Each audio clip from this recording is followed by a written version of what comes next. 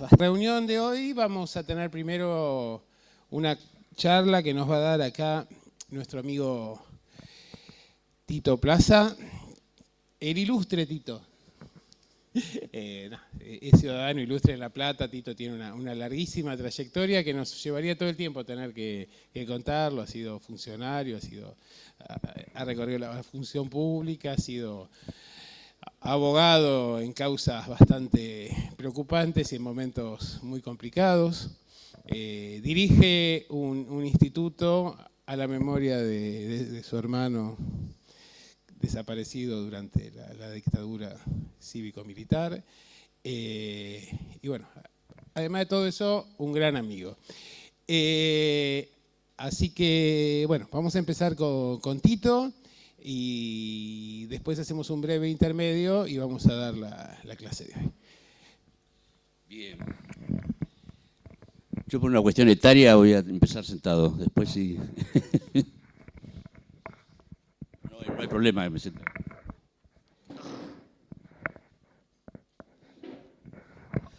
Bueno, primero agradecer la invitación. Segundo, agradecer a los asistentes, porque me parece que es el número adecuado para poder trabajar algunas cositas sobre un tema muy específico que hablamos con Alberto. Cuando Alberto me preguntó de qué quería hablar, digo, bueno, si aprovechamos lo vamos a hacer también en el instituto nuestro, donde él lo inauguró esta temporada allá en La Plata. Vamos a empezar con un tema que a mí me obsesiona por historia personal y después por haberme dedicado a la docencia desde la historia, ¿no? Que es el peronismo y América Latina. Podría ser tranquilamente el peronismo en América Latina. Cualquiera de las dos cosas es válida. Resulta que llegó acá y ustedes estaban hablando allá con mi amigo Ulises, que también le tocó el exilio en Venezuela y estaban más o menos hablando de estas cosas. Pero digo que es una obsesión porque tiene un alto contenido doctrinario, la idea que les voy a tirar para que la trabajen intelectualmente, académicamente, la pueden militar, digamos, siempre dentro del proceso ideológico y doctrinario de lo que es el peronismo, en el que creo que hoy, más allá de los avatares políticos, está más firme que nunca, y ahora lo vamos a hablar. Yo digo que tengo una obsesión, porque una de las... Voy a dar por sentado algunos conocimientos, porque bueno, tienen acá un profe que sabe del tema, y veo... ¿Esta qué etapa es? ¿De qué día estamos del curso? Bueno, pero veo que... Bueno, pero algunas cosas así por sabida, digamos, para no entrar en la parte doctrinaria y cargosar, Por eso, los doy para entendido para tener un diálogo incluso más fluido. Así que vuelvo al origen de esta idea de tocar este tema específico del peronismo en América Latina. Esto es lo que hace grande al peronismo. Pero hay, dentro del pensamiento de nuestro querido viejo militar retirado que se llama Juan Domingo Perón, la idea de que el peronismo va a ser cuando sea en su totalidad geográficamente.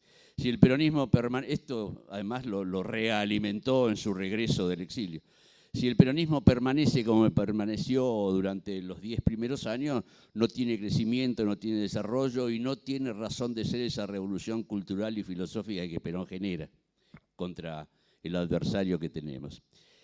Y esa obsesión que no viene de Perón mismo, si nos podemos remitir, si no me deja engañarlos, Alberto, en 1822, San Martín, Bolívar, el encuentro, Guayaquil, la patria grande después de Manuel Ugarte, digamos, que creo que es por ahí donde hay que apuntar, porque el enemigo siempre fue el mismo. El enemigo siempre fue el imperio.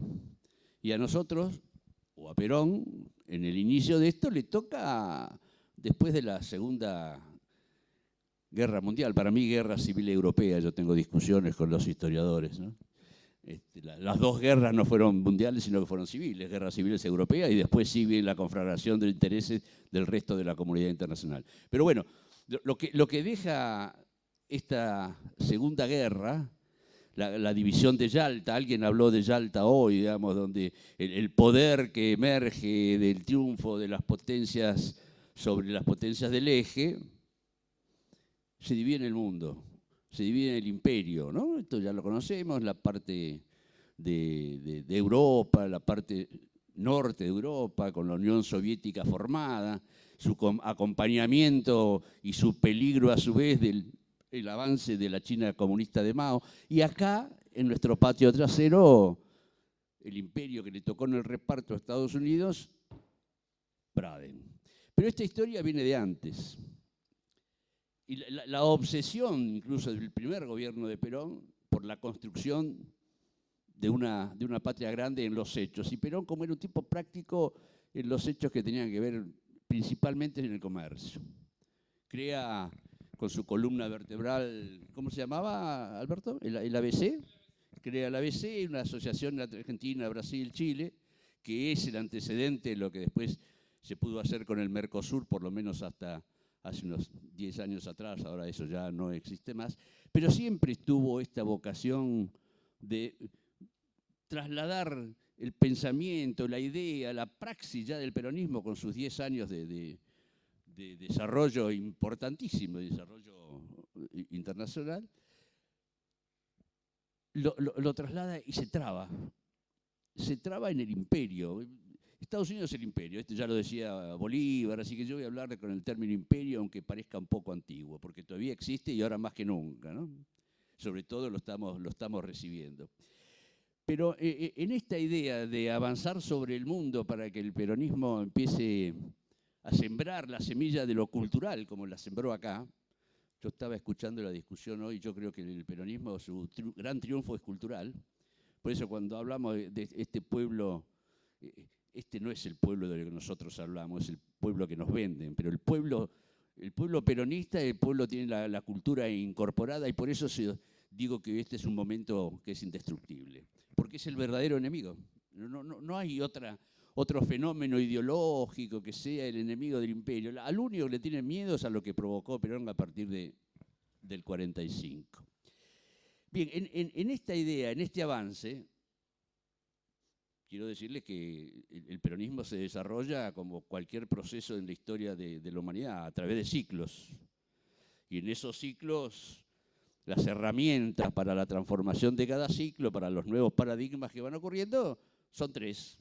La economía, la política y la cultura. No hay otra, para analizarlo me refiero, ¿no? Y la economía son ciclos. Y la política son ciclos. La economía está para la distribución de la riqueza y la política para la solución de los conflictos que genera la distribución de la riqueza. Pero eso es cíclico y la Argentina lo sabe bien, como lo sabe el resto de América, como lo sabe prácticamente el mundo. Lo único que no es ciclo de los 3 conceptos es lo cultural, que es el que se realimenta a sí misma. Por lo tanto, crece y no muere, no tiene ciclos. La cultura no tiene ciclos. Se va realimentando permanentemente. Y esto creo que es lo que logra el peronismo. Y ahora vuelvo al principio, porque quería destacar algo que cuando yo lo conocí a Alberto, en una charla que dio también en la inauguración del Instituto Bocha Plaza hace 2 años atrás, en la sede del Partido Justicialista, Alberto destacó como una de las características revolucionarias del peronismo lo que acaba de decir mi amigo y compañero Ulises. Destacó la conjunción del tango porteño, porque en esa época el puerto de Buenos Aires era la Argentina, con la incorporación del folclore al proceso cultural argentino. Esa unión entre el folclore y el tango que consigue Perón es el hecho revolucionario más importante de la cultura argentina. Después viene el proceso del rock argentino y todo lo demás, pero en ese momento me pareció que quería destacarlo porque voy a insistir mucho con el tema cultural. No para darnos manija, porque si hablamos del peronismo cultural, sí, nos sentimos todos importantes porque todos sentimos, el peronismo es una sensación, además de una filosofía, además de una estrategia política, una praxis impresionante de la construcción de un país, pero también tiene mucho de sensaciones, tiene mucho de sentimientos. Nosotros nos entendemos a través de la sonrisa, de la mano, del abrazo, y después empezamos a discutir si es necesario o no. Pero ese es el triunfo electoral. Y ahora vuelvo a esto que quiero tirarles como idea para trabajarlo, para que la trabajen ustedes desde el pensamiento, con los compañeros. Esto que voy a tirar, porque tiene que ver con la actualidad, que es la lucha contra el imperio, la histórica lucha contra el imperio. Esa historia que en América Latina sobre todo siglo XX, tiene la construcción preperonista en todos los países de nuestra querida América, ¿no? Después podríamos enumerarlos si quieren. Pero a mí me tocó, en lo que dije una vez y me costó algunos coscorrones, ahí me tocó la beca Videla, ahí me tocó el exilio, pero gracias a ese exilio yo pude conocer la otra realidad de nuestra América. Y logré encontrar un eslabón perdido en la idea de la América peronista, que era la América del Sur. Y América Latina es más allá de América del Sur. Nosotros llegamos hasta Panamá y con suerte. ¿Por qué digo esto? Porque me tocó vivir 11 años en México, 8 de exilio, y siempre en esto, ¿no? En la idea del trabajo. Y conocí muy de cerca y viví muy de cerca el fenómeno prerevolucionario de la Revolución de 1910, aquella famosa conocida Madero, Zapata, Villa, ¿no? Que llevó a una organización política al poder como fue el peronismo en su momento. Lo que hoy sería un gobierno populista, otro término que hay que empezar a rescatar, que por culpa de la CLO nos lo han hecho pedazos. Pero en realidad lo que es nacional y popular es populismo, ahí me encanta el término. Me cuesta defenderlo por esto de la estigmatización del término. Pero ahí en México pude observar el desarrollo del fenómeno de partido de la revolución institucional, una revolución institucionalizada es un poco contradictorio, pero ese fue el famoso PRI, que nace de la Revolución Mexicana. Y empecé, después tuve que estudiar historia mexicana porque fui profesor de geografía e historia mexicana para poder subsistir. Así que cuando profundizo en esto, encuentro que el fenómeno del siglo XX de México es el que lo que ocurre y rebota en los 3.000 kilómetros de frontera con el imperio, con los Estados Unidos, rebota y cae al final del cono sur después de 5 o 10 años, de 2 lustros, de 1 lustro, se repite automáticamente acá con características diferentes. Entonces, mis compañeros, los de allá, los de acá, nunca hablaban de la realidad política mexicana. Y en esta investigación yo encontré que la Constitución de México original es de 1853, digamos, que va de la mano de la Constitución nuestra. Que es un país que además sufre lo que acá no podríamos entender nunca, 3 invasiones en su historia. La colonización española, la invasión del gringo, de los yanquis persiguiendo a Villa, y 9 meses del imperio austrohúngaro, que era la Francia de aquella época. Es decir, México tiene la experiencia de soportar el imperio y siempre se pudo rescatar del imperio. Y una de las cosas importantes por las cuales puede empezar a combatir con eso, convivir con él, ¿no? Es muy difícil. Y sin embargo lo logran. Y lo logran a partir de un movimiento como el que después Perón desarrolla en Argentina, que se produce a los 20 años de la Revolución Mexicana, que es con el famoso Lázaro Cárdenas, el Tata, el Perón mexicano, el que dio la primera patada, el primer puntapié, nacionalizando el petróleo mexicano. Después lo nacionalizamos nosotros acá, después viene la política, la Constitución del 49, con los recursos naturales que tienen que ser del Estado. Esto lo hizo la Revolución Mexicana con Lázaro Cárdenas a la cabeza, al margen de otras cosas, ¿no? Es decir, no fue sobre las reformas agrarias como eran los otros sectores de Centroamérica, sino una propiedad ejidal para ir solucionando el tema del campesino mexicano, que era la deuda que tenía con Zapata, por ejemplo. Pero Cárdenas llevó adelante ese proceso y ellos logran que cada 6 años haya un recambio institucional automático y basándose en el símbolo de la Revolución Mexicana, sufragio efectivo, no reelección. 40 años de Porfirio en el siglo pasado, justo cuando acá estaba la intelectualidad del Estado moderno de la época, digamos, ¿no? Que tenían una concepción de Estado concreto, acá, que termina con Roca, que a la larga Roca es ese fenómeno de la intelectualidad de la época sin utopías.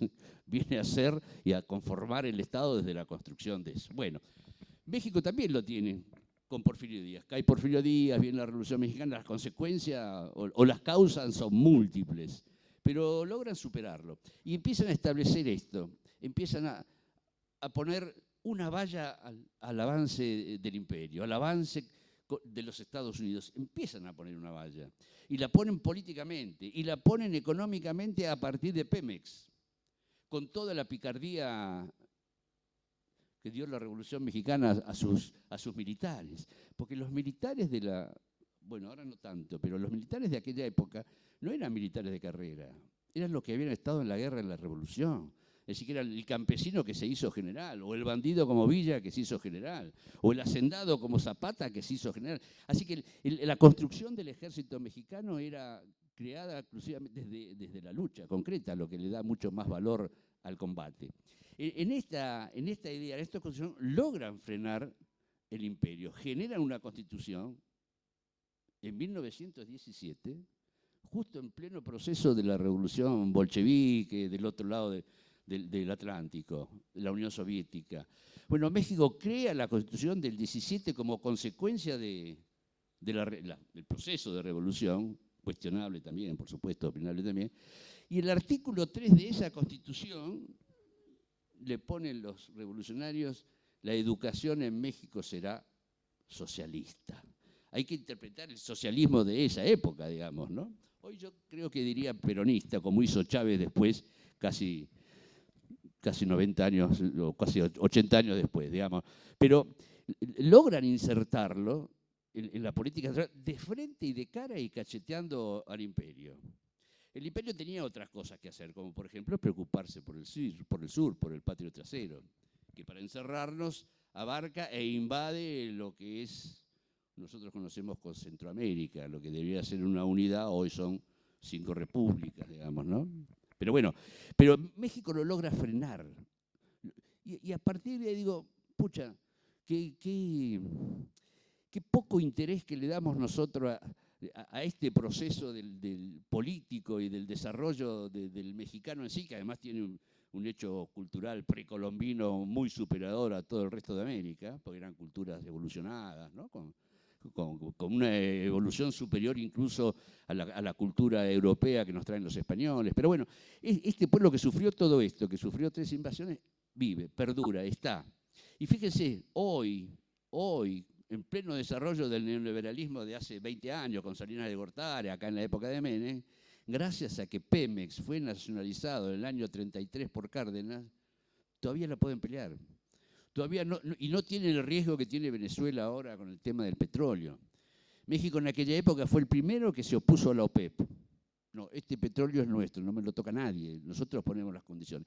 Y eso fue la barrera que hizo que no pudiera el imperio penetrar más lejos. Incluso dentro del desarrollo cultural. El 40% de los 40 millones de hispanoparlantes de Estados Unidos es mexicano. Es decir, que han ido recuperando culturalmente hasta el territorio perdido por aquel famoso general Santana, que fue 11 años presidente de México, allá por el famoso caso del Álamo, ¿se acuerdan ustedes? La anexión de Texas y todo esto que fueron, bueno, terminan comprando el territorio mexicano, pero lo van recuperando desde la ocupación informal. Los espaldas mojadas, los que vienen la crisis económica permanente de los países que se manejan económicamente o políticamente como nos tocó a toda nuestra América. Y hoy hay 40 millones de mexicanos, hoy hay intendentes, gobernadores, todos de la línea mexicana, vamos a decirle, no tanto de latino o de habla castellana. Me gusta decir mexicano porque en realidad los que cruzan la frontera, los que se mojan la espalda, los que sufrieron muertes, fríos, calores, desprendimientos y todo eso eran mexicanos. Bueno, pero digo, logran frenar, y cuento lo anecdótico porque tiene que ver con lo que voy a tirar, a ver si con el tiempo pueden trabajarlo, esta obsesión. Pero mi otra obsesión es el peronismo. Siento que nací, descubrí que siempre fui peronista, y aún profundizando en los hechos y profundizando en la historia, leyéndolo y escuchándolo a Alberto, uno va consolidando esta obsesión de ser peronista. Y en esa obsesión de ser peronista, la obsesión de transferir, ¿no? Hoy tuve un encuentro con un candidato que va a haber en la Ciudad de La Plata y yo hablé de trasvasamiento generacional, ¿no? Primero me sirvió para sacarme de encima los ofrecimientos de que uno encabece en un proceso muy difícil y ya más allá de los 70 como tengo se me complica. Pero hoy veía esto, ¿no? Lo del trasvasamiento, esta necesidad también de empezar a transferir lo que uno siente. Esta es la obsesión. Entonces, yendo a lo que es el perfil doctrinario del peronismo, donde Perón decía que Argentina se va a realizar cuando el peronismo llegue al mundo, él hablaba del mundo, bueno, pero por lo menos lleguemos hasta América del Norte. Y ahí están las dos trabas que le podemos poner al imperio en esta época. Yo justo me acababa de llegar un trabajo de Jorge Rachid, donde él habla cuál es la salida en la lucha contra el imperio, ¿no? La otra obsesión de Jorge Rachid. Y si lo encuentro por acá, voy a pedir disculpas, pero me siento Manolito con estas cosas, pero lo tengo por acá, salvo que no haya señal, tengo que ir acá. Según mi nieta, la hija de allá, de mi hijo que está allá, yo tengo que apretar acá. Bueno, y Jorge Rachid decía, lo puse acá, dice, el gran escollo que tiene Estados Unidos en América Latina es el peronismo. Esto lo leí después que te dije a vos, vamos a hablar de esto, así que como siempre Jorge me abraza con su pensamiento, ¿no? El único que puede darle vuelta al diseño estratégico. Si gana el peronismo, se fortalece Maduro, se fortalece Cuba, se fortalece Bolivia, se fortalecen los sectores populares de Perú, los militares brasileños. Hay miles de formas de salir. Hay que tener esperanza, pero también fortaleza en construir la organización, la movilización. Bien, yo estoy, por supuesto, totalmente de acuerdo con esto y así lo viví. Pero para ponerle el freno definitivo falta la otra parte. Falta entender que la historia de América Latina empieza en el norte, empieza desde México, que México fue el primero que lo para. Entonces decía, si hacemos nosotros un operativo desde el trabajo académico, intelectual, militante, un operativo pinza, el peronismo reconquistando otra vez lo que es el poder en esta zona de América, como bien marca él, y el mexicano, que de hecho ahora ocurrió. El primer país que política e ideológicamente derrota este neoliberalismo que venimos sufriendo nosotros se llama don Manuel López Obrador, descendiente ideológico de Lázaro Cárdenas, Tata Cárdenas. Y es el primero que rompe. Y fíjense por qué mi desesperación que acá no escuchamos esos gritos de libertad que tienen los mexicanos. López Obrador fue a Venezuela, se abrazó con Maduro. ¿Ustedes sabían esto? ¿Vieron la foto? Vos, Luis, a lo mejor no sabés, digamos. Esto se oculta. El gran apoyo ideológico de la conquista de lo que fue el proceso revolucionario de 1910 a través de don Manuel López Obrador, acá no. Entonces yo digo, con un López Obrador como está, que además está trabajando bien las consecuencias trágicas de México, tiene el fenómeno del narcotráfico, todo lo que le fue generando, pero él lo está manejando desde lo ideológico. Es un gobierno ideológico. Él tiene la experiencia de haber sido gobernador allá por un estado del sureste, que no me acuerdo, que pudo haber sido Chiapas perfectamente, pero no creo. Pero además fue regente de la Ciudad de México. Fue el de la Rúa y el Menem de acá. Fueron regentes de la ciudad capital. AMLO fue regente de la ciudad capital. Transformó ese sector de la clase media, que es caserolero igual que acá, lo transformó en dos victorias concretas desde el punto de vista electoral en el Distrito Federal. Es único. Este es el hombre que después llega, pese al fraude, y no nos olvidemos que él llega derrotando al sistema más fuerte de la derecha católica mexicana, que es la del famoso PAN, que es la que aprovecha la crisis del populismo después de 70 años de ejercicio del poder del PRI. Quien gobernaba el país era un gerente de Coca-Cola. Fox fue el primero que lo... Era el CEO que tenemos hoy acá, Macri, es Fox. Nada más que, como les dije, lo que ocurre en México rebota en la frontera y nosotros lo recibimos 10 años después. Si pudiéramos interpretar esto, como abogado aprendí lo que se llamaban las fuentes del derecho, digamos, y de todas las fuentes del derecho, a mí me quedó la del derecho comparado. Creo que es ahí donde se basan, porque la alianza de pueblos a través de la historia, de las conquistas de los distintos imperios que hubo, del imperio persa, pasando por el egipcio, pasando por el griego, el romano, el que se te ocurra, siempre ha habido acumulación gentilicia, ¿no? Acumulación de otros, que van trayendo normas, que van incorporando culturas, costumbres, y se van generando nuevos derechos. Bueno, yo soy un fanático del derecho comparado como fuente.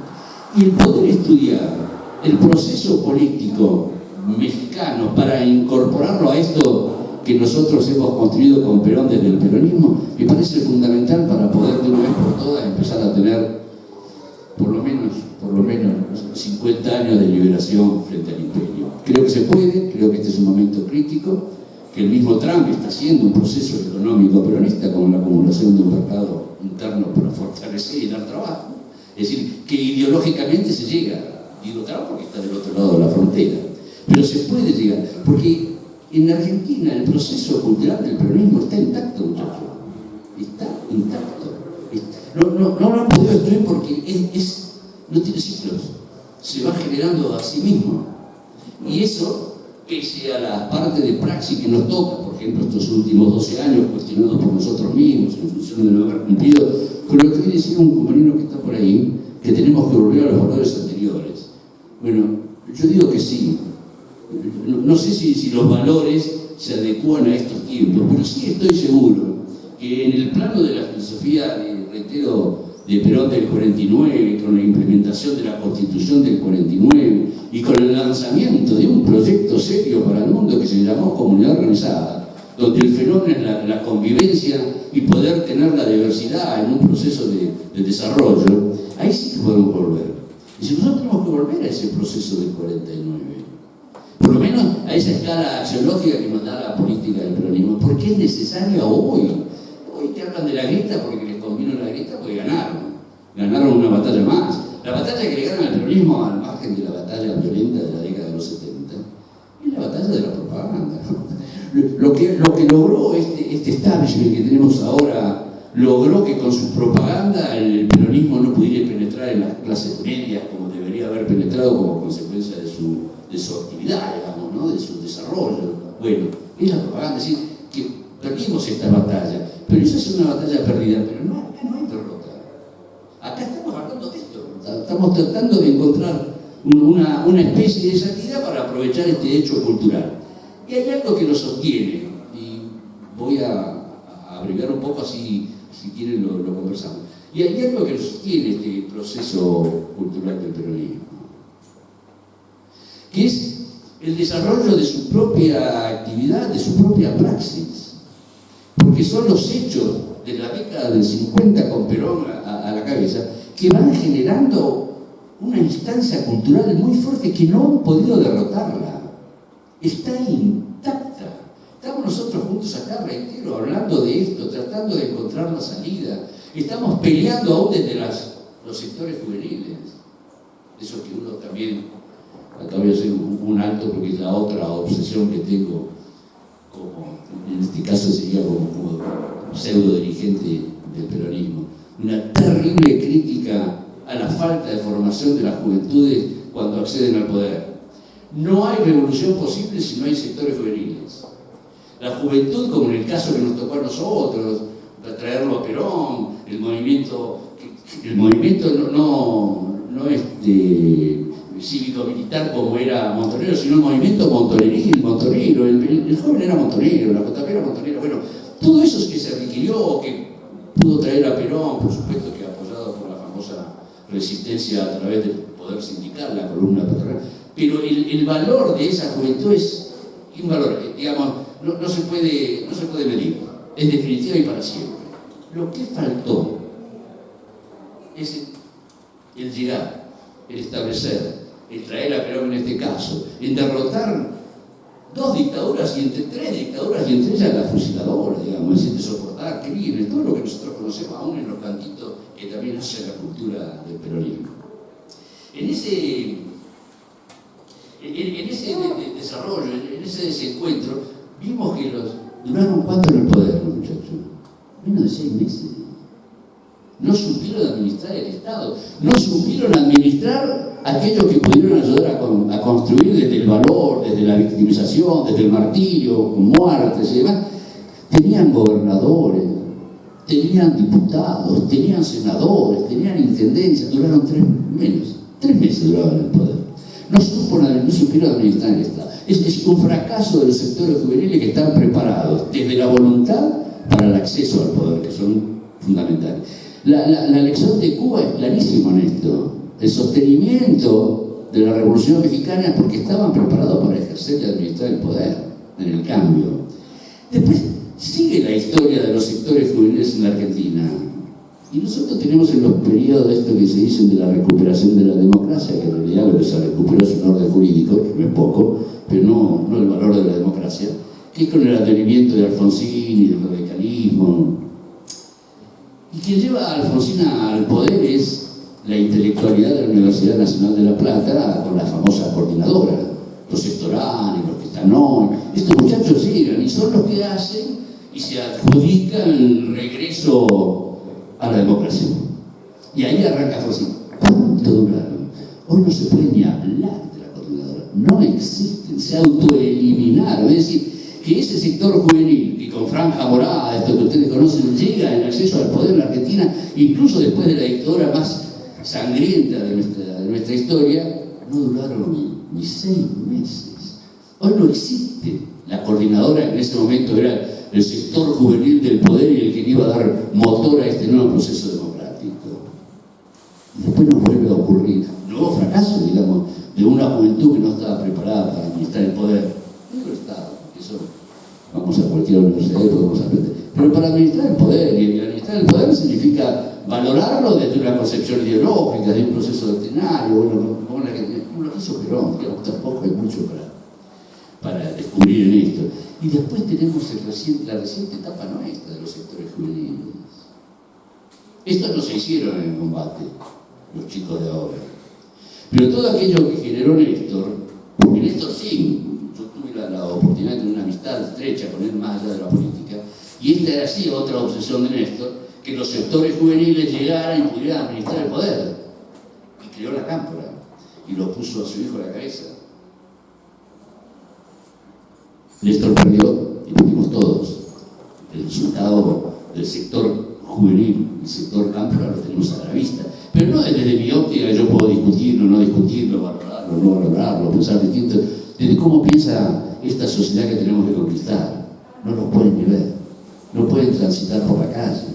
Entonces nosotros tenemos, no pueden, tienen un esfuerzo militante, además, y bueno, espero que no se vuelvan a tropezar. Nosotros tenemos este sector de mi generación que tropezó, pero además víctimas, muertos, desaparecidos, tortura. El sector de estos chicos de la coordinadora que tenían el poder concreto porque venían después de Malvinas.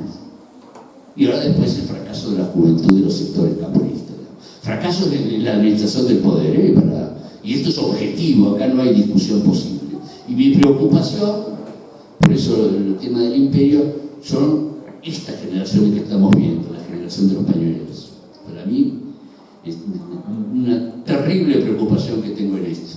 Ese fervor de los pañuelos verdes que hubo multitudinariamente, de los sectores juveniles, aprovechando el avance del sector de género femenino, que como corresponde, ¿no? A empezar a igualar un poco el tema de la formación social, si querés. Esos pañuelos verdes que fueron fervor, que nos emocionaron a todos, fracasaron a la semana. Cayeron en la trampa de la política y de la estrategia del actual gobierno cuando Macri mete el tema del aborto en el Congreso. Y le ganaron los pañuelos azules, esto hay que decirlo así. Tuvieron esa victoria que festejamos todos ahí en el Congreso, en la Cámara de Diputados, y a la semana perdimos en senadores. Es decir, volvieron a caer los sectores juveniles otra vez en la trampa del sistema. Y yo insisto que es por falta de formación, por falta de insistir en formarnos. Sí, hagamos la revolución, pero primero veamos qué hacemos si la conquistamos. Bueno, esta es otra de las obsesiones. Por lo tanto, si este es un esfuerzo, el que ustedes vengan, que nosotros podamos comunicarnos y transferir algún que otro conocimiento, es un esfuerzo que amerita que analicemos esto de ese operativo pinza que yo le llamo entre el peronismo del sur y los mexicanos del norte, para poder no solo frenar al imperio que está, dada la geopolítica, no está en retroceso, pero está alerta, digamos, porque el país ballena, la China, se acerca, ya está. Falta el otro país ballena, la India, para que también esté, digamos, y a esto le sumamos los rusos, entonces están preocupados en la subsistencia. Y este es el momento que nosotros tenemos que empezar a aplicar lo que es nuestra cultura peronista, o nacional y popular, como quieran llamarlo ustedes, pero es peronista. Acá no tengo duda, pongámosle el nombre, digamos, ¿no? Si los bolcheviques le pusieron comunismo, nosotros pongámosle peronismo de una vez por todas. Bueno, esta fuerza que tenemos de la cultura peronista acá, que todavía tiene vigencia, no es que yo esté fantaseando con la posibilidad de acordar. No, existe, está en la calle. Yo estoy ahora acompañando a un muchacho de 46 años que quiere llegar en La Plata, tiene la necesidad de llegar al poder desde lo personal y de lo político y de lo ideológico. Y estoy recorriendo otra vez, como hice tantos años, los barrios, muchachos. Ni hablar de las condiciones sociales y económicas, porque hay hambre, ayer eran más de 25 pibitos comiendo torta frita y esperando a Papá Noel que éramos nosotros. Una cosa espantosa. Pero era peronista.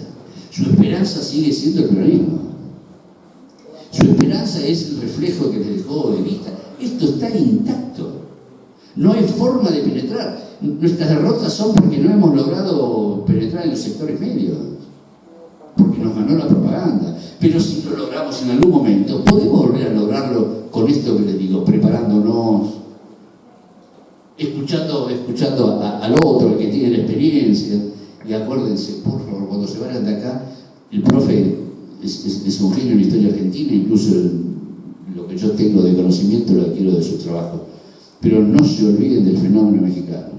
No se olviden que hace un año esta realidad grotesca de un sistema perverso que denuncia Francisco del Vaticano, esta perversidad que estamos viviendo, quien primero le dobla la mano se llama López Obrador. Nació en México, vive en México, gobierna México. Si logramos, entre lo que dice Rachid y lo que yo les estoy poniendo acá sobre la mesa, lo vamos a conseguir. Bueno.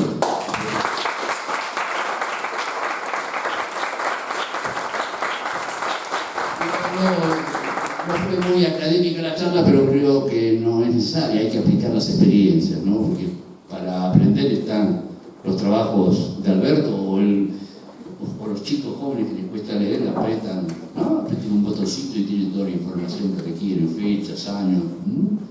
Pueden hablar de Centroamérica, pueden hablar de los procesos de caudillos del siglo XX a partir de Perón, de Pérez Jiménez en Venezuela, más allá de los procesos casualmente del avance del imperio, ¿no? De los procesos de Centroamérica, los Somoza, o el gaitanazo en Colombia, digamos, hay toda una historia que es indestructible.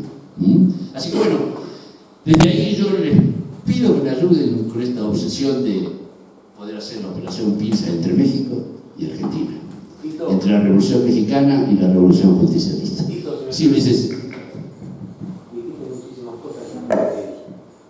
Sinceramente, la verdad te agradezco mucho, me pusiste en tus palabras mucho de mis pensamientos. Pero hablaste de una cuestión cultural. Y yo creo que en esa cuestión hemos dejado establecido el peronismo, que la única verdad es la religión. Los únicos privilegiados de nuestra tierra son los niños y los ancianos. Si nosotros como peronistas tomamos entre estas cosas, digamos, y tantas otras enseñanzas que dejó el peronismo, como decís vos, el peronismo es eterno. Es un poco lo que nosotros. Estoy convencido, ¿eh? Otra experiencia. Mi compañero, además de haber estado exiliado en Venezuela, lo conozco hace poco, pero tiene un alto trabajo militante en el desarrollo social de acá, de Cava y los alrededores. Así que, palabra es válida porque conoce la realidad. Pero estoy convencido que no es que uno tire el optimismo sobre la mesa, no, estoy convencido de que es así, pero tenemos que impregnarnos un poquito, ¿no? Leer más, preparar más, escuchar más. Yo insisto en escuchar más, porque los sobrevivientes tienen mucho para decir, tienen mucho para enseñar. Bueno, lo digo como sobreviviente a la larga, ¿no? Pero yo ahora estoy acompañado con mi hijo, digamos, esto ya hay una transferencia ahí, Perdón, no se escuchado. Era un poco más de volver a lo mismo. Lo único que quise decir es que esto no es un alarido optimista. Para mí es un hecho objetivo de creer en las ideas, de tener una escala de valores, una escala axiológica, que es lo que decía recién Ulises. Estoy convencido que es así, y el peronismo desde ahí, como se generó a través de lo cultural, es indestructible y no tiene ciclos, tendrá ciclos económicos, pero ciclo cultural no lo tiene, está instalado. El país, el que a nosotros nos interesa, es un país peronista, chicos. ¿Listo? Charlemos.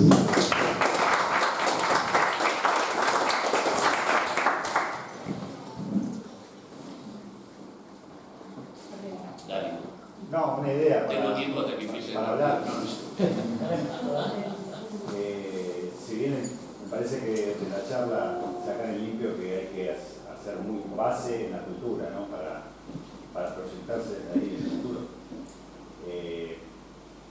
¿Cómo hacerlo? Es la gran pregunta, ¿no? Pero si viene a ser una revolución educativa, me parece que va a ser imposible cambiar contenidos en los programas, incorporar, por ejemplo, el idioma, la barrera idiomática de Brasil. Existe. no son barreras, son herramientas, pero no son barreras para la cultura. Pero bueno. Como para la gente también, digamos, la educación formal es una herramienta para consolidar un proceso cultural, pero es una herramienta.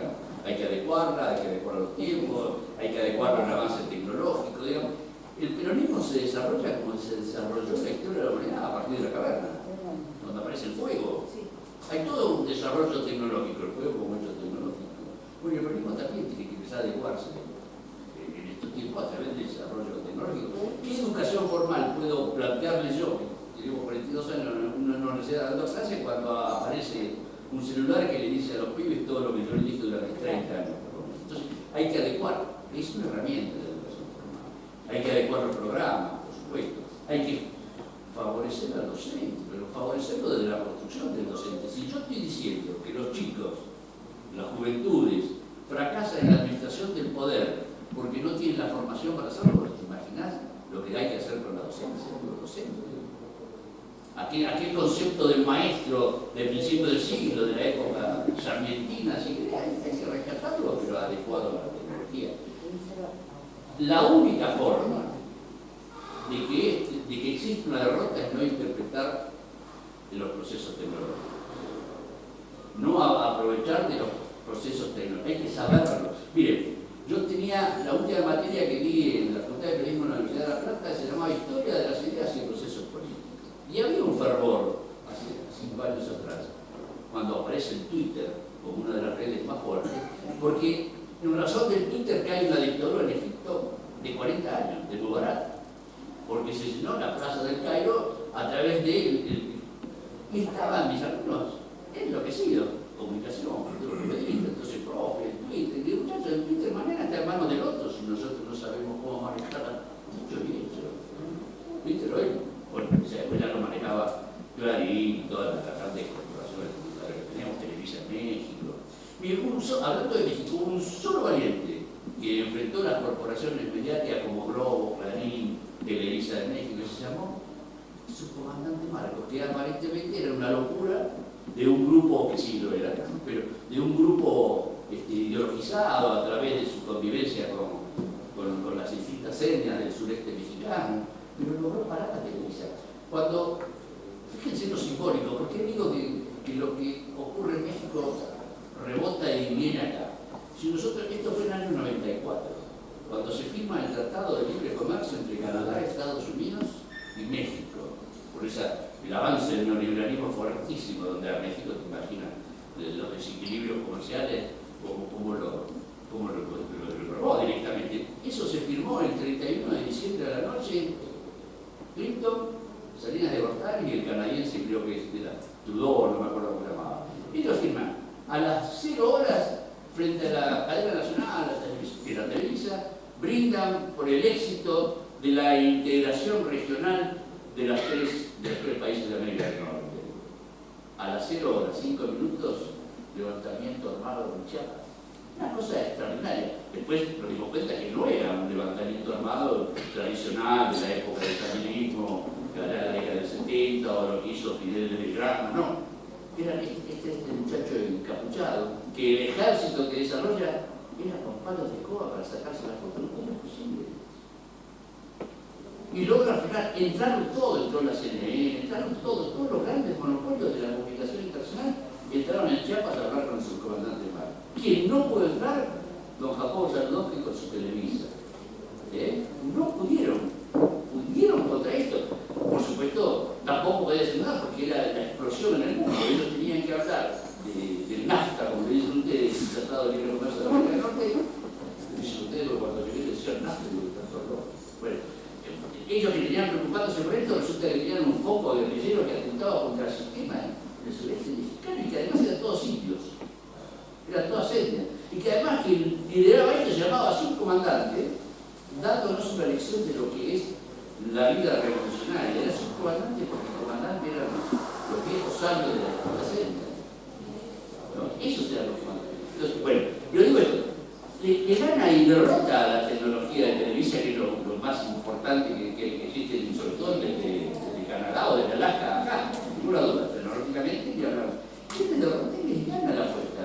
Y les dice tantas críticas que así lo empezaron un grupito de 50 con los palos de cobas, ellos iban a hacer 1 millón de mexicanos en el Zócalo.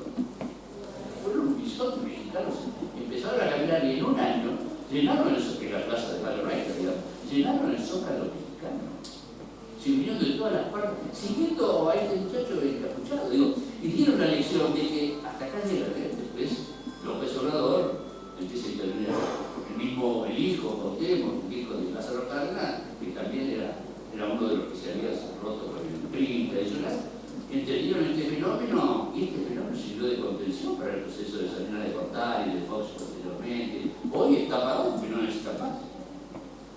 Tiene el reconocimiento de su gente, tiene un desarrollo territorial importante en cuanto a un ritmo de vida con sus propias culturas ancestrales. Bueno, ellos derrotaron la tecnología.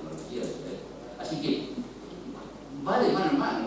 Hoy sí, lo sabemos todos, creo que es una novedad que el manejo del poder tecnológico es el manejo concreto del poder.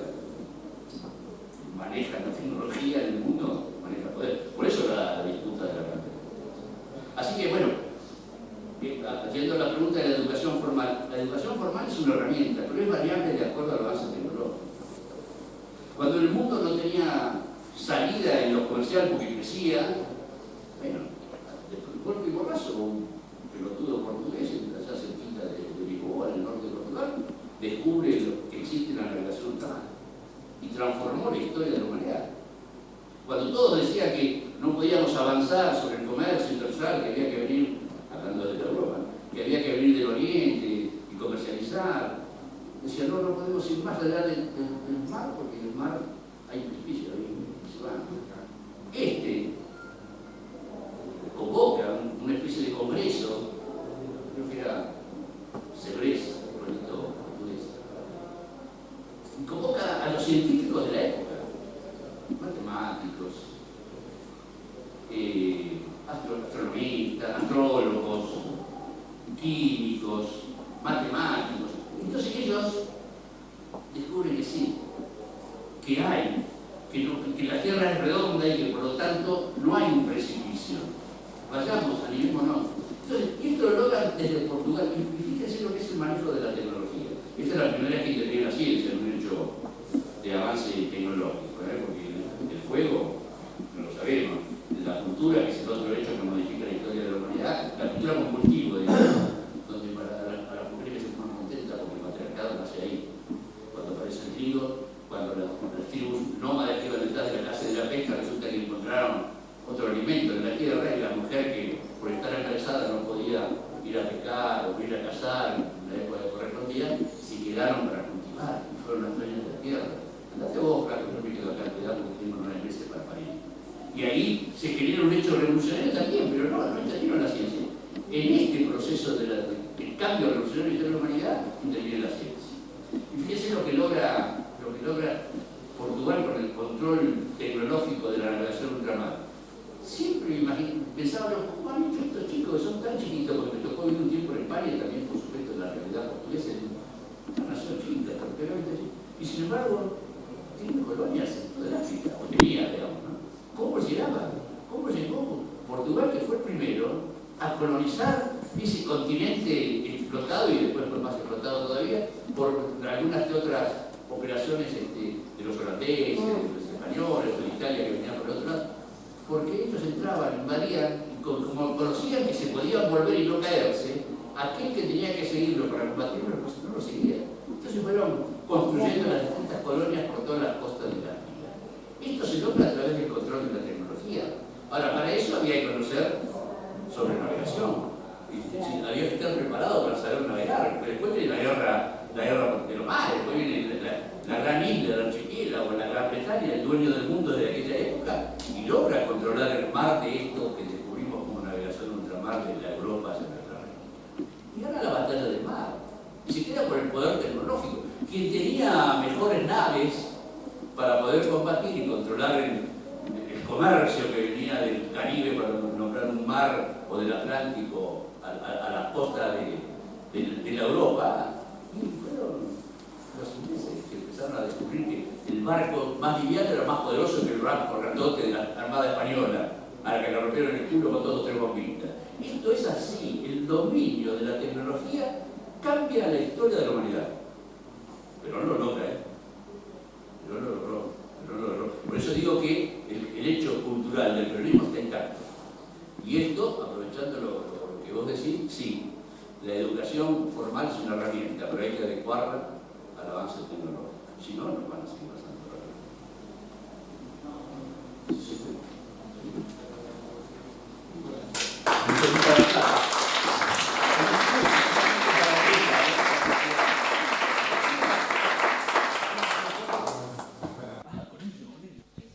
Bueno, muy bien. Bueno, vamos a continuar después de la exposición de Tito.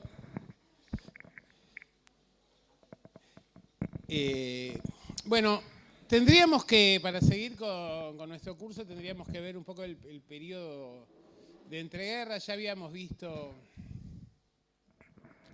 la etapa anterior, la presidencia de Alvear y demás, y cómo se llega al golpe de Irigoyen, un golpe que está dado por distintas razones, que tiene que ver con el hecho de que la economía argentina generalmente siempre fue bastante frágil, razón por la cual cuando se produce la crisis de... Hay 2 países, creo que lo habíamos dicho el otro día, hay 2 países donde la crisis del 29 llega antes, que uno es Alemania y el otro es la Argentina. Y eso tiene que ver con el hecho de que eran los 2 países donde había mayores inversiones norteamericanas, que cuando empieza a incrementarse el rendimiento y la especulación financiera en Wall Street, retiran sus inversiones, tanto de Alemania como de la Argentina, y la consecuencia de ese retiro de inversiones fue en Alemania que se genera una nueva depresión que terminó facilitando el acceso del nazismo al poder, y en el caso de la Argentina se da el primer golpe de Estado institucional del siglo XX. Y ese golpe de Estado planteó la necesidad de hacer una serie de cambios, porque la crisis del 29 fue una crisis, así como la Primera Guerra Mundial fue inédita en lo que tiene que ver con el alcance de la guerra, porque como bien decía Tito, algo que plantea un historiador maldito dentro de la academia, pero que yo creo que tiene la mejor interpretación de las guerras mundiales y de todo el proceso de ascenso del nazismo, que es Nolte, en un excelente libro que se llama La Guerra Civil Europea y que toma de 1917 hasta 1945. Nolte lo que plantea es que las guerras mundiales tuvieron que ver esencialmente, que fueron guerras civiles europeas, que trataron de redefinir el equilibrio geopolítico al interior de Europa y también el sistema económico y las formas de gobierno. Y que básicamente existían 2 antagonistas en la confrontación, que en la Primera Guerra Mundial fueron Alemania por un lado e Inglaterra por el otro, y en la Segunda Guerra Mundial, en realidad ya en un proceso de profunda declinación británica, fue la definición entre el sistema comunista de la Unión Soviética frente al planteo o la propuesta del nazismo. Porque la propuesta del nazismo, acá nos vamos a ganar unos críticos, pero digamos, más allá de lo que tenga que ver con determinadas cuestiones en términos de pureza racial y demás, el objetivo del nazismo nunca fue conquistar el mundo, sino fue unificar Europa. Y unificar Europa, ¿de qué modo? Creo que dijimos que Voltaire, y ya desde tiempos anteriores, los políticos y los filósofos, los historiadores europeos, siempre hicieron hincapié en que Europa no era un continente, sino que era un país. Un país que tenía distintas realidades provinciales, que tenía una cultura común, que había unificado el cristianismo, que tenían lenguas más o menos parecidas, que tenían su tradición desde el Imperio Romano en adelante, que habían atravesado la Edad Media en conjunto y que luego, cuando se habían extendido hacia el resto del mundo, lo habían hecho distribuyéndose colonias a lo largo del planeta y que en algunos lugares afrontaban la invasión, la conquista de sociedades que eran tan importantes en recursos, en extensión y demás, que no podía hacerlo una nación europea sola. Y que entonces, por ejemplo, en el caso de la China o en el caso de la India o en algunos lugares del África, lo que hacían era operaciones conjuntas, definiendo las áreas que iba a ocupar cada una. Entonces, que evidentemente Europa tenía un problema que era la fragmentación territorial en muchísimos estados, que tenía poca población y muy pocos recursos. Entonces, que la manera de incidir en el contexto internacional que tenía Europa frente a formaciones semicontinentales como Estados Unidos o como la Unión Soviética u otros espacios que habían sido tradicionalmente poderosos pero que estaban en una situación latente como la China o como la India, era conseguir generar un bloque e intervenir en el contexto internacional. La idea de ese bloque, o que ese bloque occidental, debía estar liderado por Alemania, porque Alemania era quien tenía mayor producción, mayor población, y además porque de alguna manera era el espacio que estaba ubicado en términos geopolíticos en el centro de Europa y debía servir como escudo para un eventual avance, por ejemplo, del comunismo hacia Occidente. Alemania va a ser derrotada en la guerra, pero no el proyecto de unificación. Y fíjense que lo que no se consigue por las armas, luego se va a conseguir, primero a través de la Comunidad Económica Europea, es decir, a través de un intento de integración económica del territorio, y luego a través de la Unión Europea. ¿Sí? Entonces, de alguna manera, la Unión Europea terminó siendo la concreción del sueño de esa Alemania que no había podido conseguirlo a través de la guerra, pero sí lo consigue a través de la economía y luego a través de la consolidación política. Evidentemente, la debilidad intrínseca de Europa, más los factores endógenos que llevaban a las tensiones internas, impide que se consolide permanentemente. Por esa razón vemos que la Unión Europea afronta un proceso crítico. Pero esto es muy interesante porque en realidad quien fue el cerebro de la integración alemana en estos términos fue quien de muy joven había sido presidente de la Cámara de Diputados del nazismo, que luego fue canciller alemán, que luego tuvo funciones estratégicas de liderazgo en la Comunidad Europea y en el diseño de la Unión Europea, que fue Carl Schmitt, un politólogo muy reconocido, y un politólogo que, en realidad, si uno ve su concepción de la política, digamos, es quien nutre claramente el planteo que luego va a ser, por ejemplo, Laclau para el caso argentino, ¿no? La idea de que la política es la continuidad de la guerra por otros medios, y si donde no se puede intervenir directamente a través de la guerra, se puede hacer a través de otros mecanismos alternativos. Entonces, esto es importante tenerlo en cuenta. ¿Por qué? Porque cuando en realidad el periodo de entreguerras, la Primera Guerra Mundial, termina sin una definición concreta.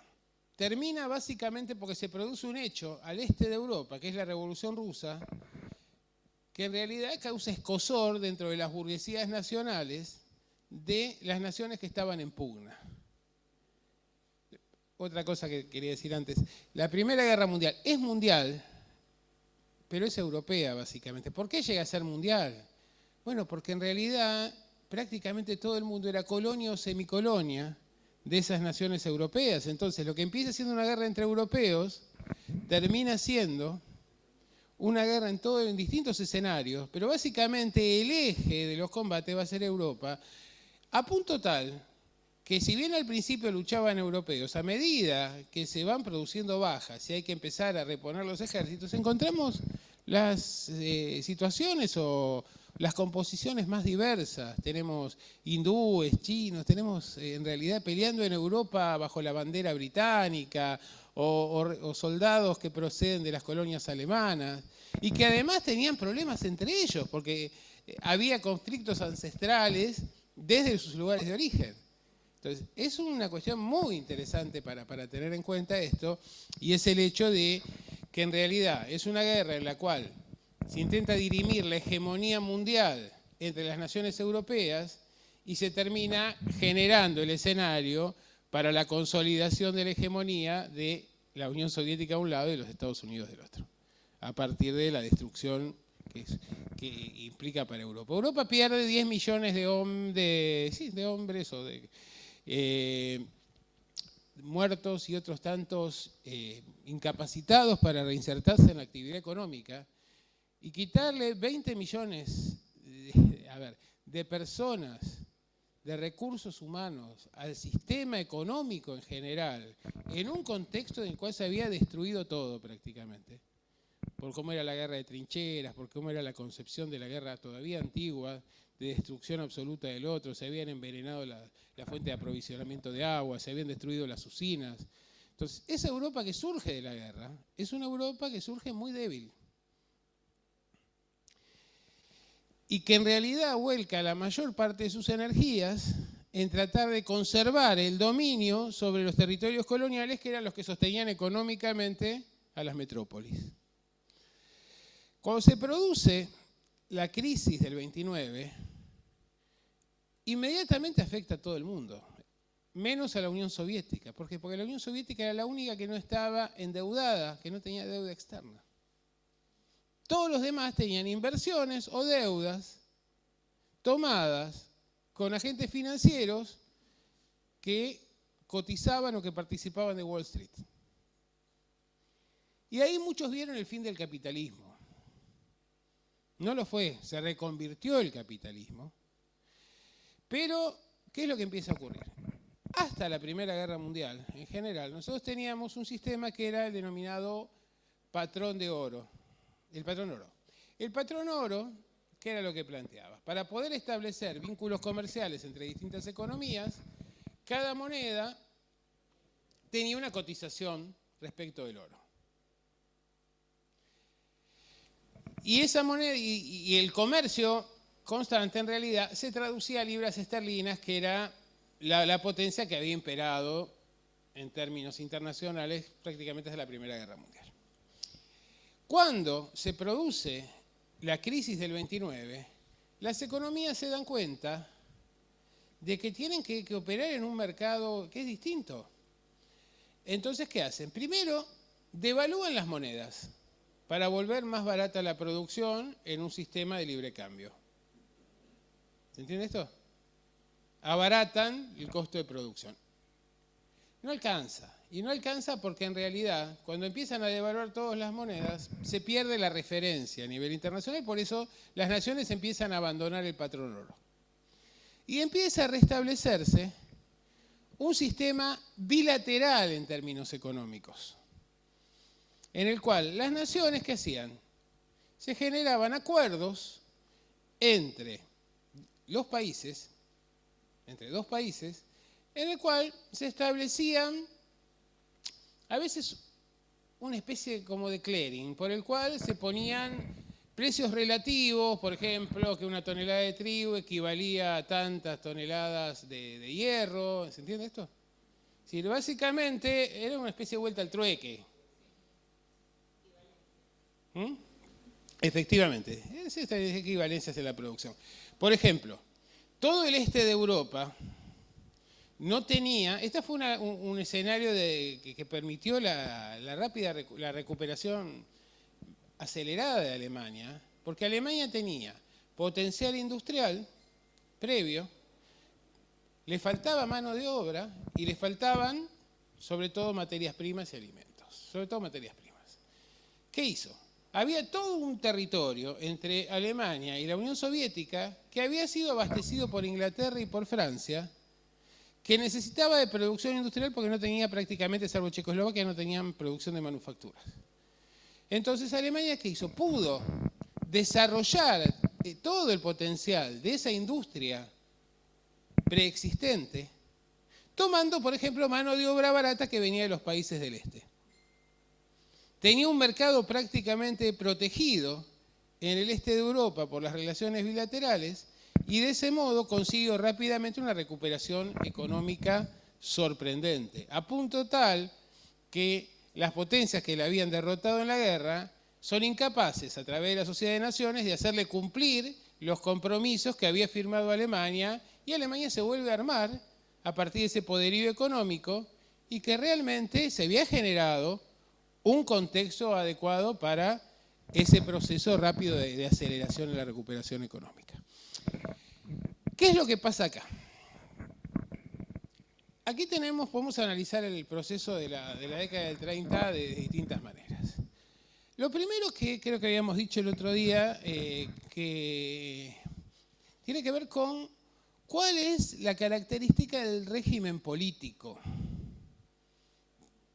que va a suceder al gobierno de Irigoyen luego del golpe. En realidad, en la década del 30, lo que se había puesto de moda, se pensaba que las democracias republicanas se habían ido con la Primera Guerra Mundial, que solo podía funcionar en los Estados Unidos porque se daba una conjunción muy particular de bienestar económico y demás, cierto aislamiento en términos internacionales, pero que era necesario que los estados tuvieran un papel más importante en el diseño de las políticas económicas.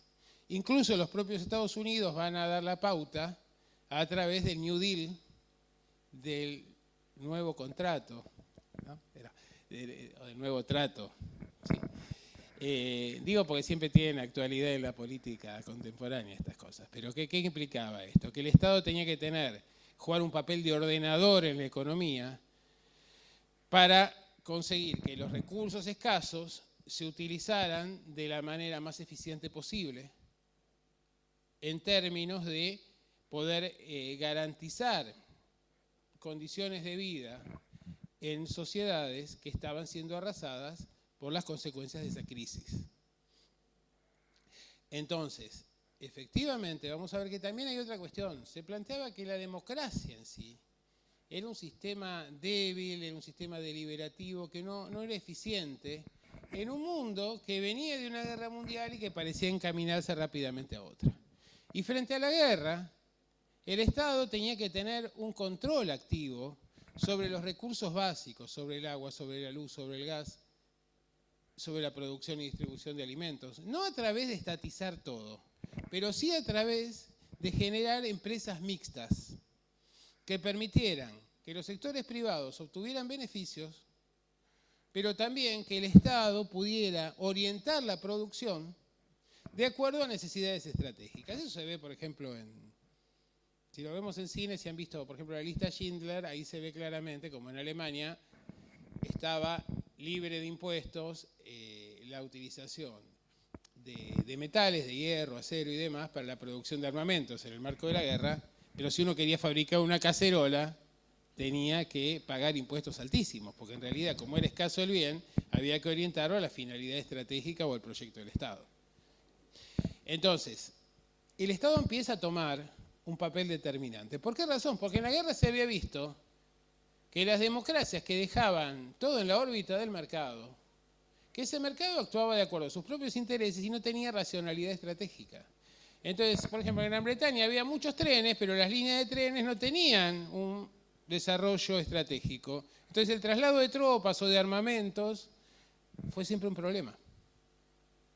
Lo mismo pasaba con otras cosas, como las redes de energía y demás. Entonces, vamos a ver que ahí hay un cambio importante. Y la otra cuestión era que lo que te había demostrado era que para que funcionara un sistema eficiente en sociedades donde la guerra o la amenaza de la guerra estaban presentes, era necesaria una concentración muy importante del poder político. Por eso aparecen las figuras de los líderes, de los caudillos, al ejemplo de el duce Mussolini, el caso del Führer en Alemania. En Estados Unidos no se llegó a tanto, pero el poder que tuvo Roosevelt en el marco del New Deal fue muy significativo. El caso de Stalin. Entonces vamos a ver que se van a dar una serie de casos que muestran que se considera que la existencia de legislaturas, parlamentos y demás, si bien pueden aparecer en algunos espacios como simbólicos y siguen funcionando, en la práctica no le dan efectividad y rapidez al proceso de toma de decisiones. Y esto se agrava no solo porque hay un horizonte de guerra, sino porque se están expandiendo las ideas y los movimientos que pretenden transformar a las sociedades y llevar la revolución soviética al resto del mundo. Entonces, en una sociedad conmocionada, que además sufre la crisis de Wall Street, las economías se caen, el sistema multilateral de pagos desaparece el patrón oro. Imagínense lo que es ese contexto. Muchos lo veían como el apocalipsis. Y ahí hay que definir un poco cómo plantarse frente a la situación. La crisis aquí, en la Argentina, como decíamos, llega en el año 28. Y en el año 33 se va a firmar el pacto Roca-Runciman, en el cual uno de los miembros de la delegación va a decir esto de que la Argentina es la joya más preciada de la corona de su majestad, y donde se van a resignar todos los avances en términos de modernización industrial, en términos de transportes y demás, que se habían conseguido durante el gobierno de Marcelo T. de Alvear. ¿Por qué razón? Porque lo que se plantea es que la Argentina, es decir, ¿quiénes tomaron el poder en el contexto del golpe de Estado? Fundamentalmente la sociedad rural. Los sectores oligárquicos que habían retrocedido con la llegada del radicalismo al poder, pero que ahora en una situación de crisis querían tener el poder en sus manos. Entonces, la sociedad rural impone sus intereses a través del gobierno al conjunto de la sociedad. Y es por esta razón que se va a aceptar la imposición británica cuando ya Gran Bretaña no era una potencia internacional. El gran problema que tiene la generación del 80 en nuestro país no es solamente que construyó un modelo agrario dependiente. El problema es que construyó un apéndice de la economía británica. Mientras a Gran Bretaña le fuera bien, por la complementación entre la economía argentina y la británica, vemos los fabulosos palacios que tenemos por ahí, grandes fortunas y demás, un proceso de acumulación muy interesante sin redistribución, con un alto nivel de desigualdad.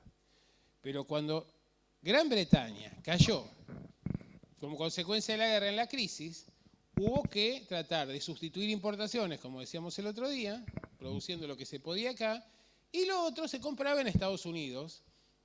Los Estados Unidos le prestaban dólares a Gran Bretaña usaba dólares para comprar alimentos y materias primas en la Argentina, y parte de los dólares se utilizaban para comprar producción industrial mucho más moderna en los Estados Unidos. Luego vamos a ver que se van a imponer o se van a generar ciertas condiciones para que las empresas norteamericanas se radiquen en nuestro país, y también en la década del 30 varias empresas alemanas, porque se estableció el control de cambios, razón por la cual se podían enviar remesas de las utilidades de las empresas, pero no se podían destinar sino pocas divisas a la compra directa de productos. ¿Se entiende esto? Sí, a partir del 30, claramente. Después del 30, el gran problema es este. Es decir, básicamente, ¿cómo hacemos para afrontar la crisis? Gran Bretaña avisa, no hay más dólares. Ya está. Nosotros para poder comprarles necesitamos venderles. Y acá con las divisas que había, lo que se dice, bueno, en realidad, si le vamos a comprar a Gran Bretaña hay muchos productos que nos hacen falta. Pero estos dólares se van a acabar. ¿Qué es lo que tenemos que hacer? Bueno, ponemos control de cambios y generamos la opción de que vengan las empresas a establecer norteamericanas y también alemanas a establecerse acá en el país. Y esas empresas que se establecen entre los 20 y los 30 son las empresas a partir de las cuales el peronismo va a llevar adelante el proceso de inclusión social a través de trabajo y el desarrollo del mercado interno. ¿Se entiende esto? Entonces, el tema es que los británicos dicen, bueno, nosotros precisamos venderles para poder comprarles. Y ponen una serie de condiciones. Por ejemplo, acá se había desarrollado un sistema de colectivo, de transporte colectivo de pasajeros. Eso había que cerrarlo, había que reemplazarlo por tranvías, por trolebuses, por ferrocarril, por subte. ¿Por qué? Porque era Gran Bretaña no había desarrollado la industria automotriz. Entonces había que volver atrás a la etapa ferroviaria. Y había que comprar y había que desactivar una serie de industrias que habían florecido en los años 20, pero que eran competidoras con la producción británica. Además, ¿qué se hace? Resulta que como consecuencia de la crisis y que el mercado internacional se había quedado muy debilitado, entonces se exportaba muy poco. Sin embargo, había un acuerdo firmado con las empresas ferroviarias por el cual se le garantizaba el 7% de rentabilidad sobre el capital invertido. Desde el año 28 no se pagaba nada. En el 33, una de las cláusulas del acuerdo es que se le pague todos esos 7%, es decir, se le completen esos 7% que no habían rendido. Pero lógico, si hay una crisis internacional, era un absurdo hacer esto. Sin embargo, se le reconoció también esto. Y vamos a ver entonces qué es lo que pasa. Hay un atraso en el proceso de modernización, pero a la vez hay un proceso de modernización que sigue a través del establecimiento de estas empresas. Como ya se ve producido en el gobierno de Irigoyen, la eliminación física de los sectores obreros más combativos, tanto en el caso de la Semana Trágica aquí como en la Patagonia, en el contexto internacional que existía en esos años 30, en realidad los salarios van a estar deprimidos y va a haber una represión sobre el movimiento obrero en términos de que hay una caída de la capacidad de compra del salario. No se exporta, se produce menos y evidentemente hay una disputa, hay una puja distributiva por la distribución del ingreso entre los sectores que operan a través del Estado Nacional, que son los sectores más concentrados de la economía, y la sociedad. Entonces, es un momento complicado. El régimen de Uriburu, primero, que no consigue mantenerse en el tiempo, plantea una visión aristocrática de la sociedad. Y eso uno lo ve en los discursos. Pero aparece otra cosa que está muy instalado. Por ejemplo, el Partido Conservador va a tener un peso importante en la provincia de Buenos Aires y aquí aparece un gobernador como Fresco, que procede del Partido Conservador y que plantea el encuadramiento de la administración pública e incluso impone el saludo nazi. ¿Sí? Hay un proceso claramente en este sentido de liquidación de las garantías democráticas, de control, de empoderamiento de las fuerzas armadas y de seguridad. Hay un proceso de represión, aunque las luchas obreras no son excesivamente significativas en una sociedad donde no está en vigencia el Estado de Derecho, o lo está formalmente, pero en la práctica no existe. Y luego, ¿cuál es la manera que encuentra esta oligarquía para autojustificarse? Bueno, yo creo que, ya habíamos dicho, que desde 1810 en adelante, en una sociedad donde no había monarca, se consideró que la manera legítima de acceder al poder era a través de elecciones. aunque no importaba cómo fueran las elecciones o que se aplicara sistemáticamente el fraude, había que saber ganar elecciones. Por eso, el fraude se instala tras la caída de Rosas hasta 1914 de manera permanente, y por eso se va a reinstalar en la década del 30. Es decir, ante una crisis internacional y un mundo que no se sabe hacia dónde va, y con una guerra inminente en puertas, esa oligarquía quería tener el control de todas las herramientas, y sobre todo el instrumento político. Por esa razón se lleva adelante esto que nosotros conocemos como la década infame, o la etapa del fraude, o el nuevo fraude, o el fraude del siglo XX, entre dos fuerzas políticas o dos alianzas. En una alianza participa claramente un sector de la UCR, el Partido Socialista y algunos partidos provinciales, y de la otra alianza participa otro sector del radicalismo, otro sector del socialismo y también otras alianzas provinciales. Es muy interesante porque quienes son los participantes de uno y otro lado, compitiendo en los términos del fraude electoral en la década del 30, son los que van a terminar integrándose en la década del 40 en la Unión Democrática.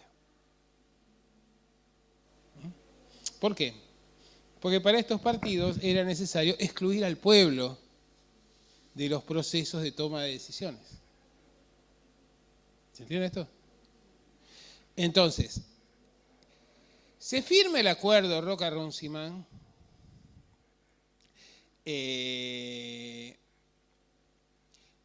pero ¿qué ocurre con este acuerdo? A ver, porque vamos a ser malos.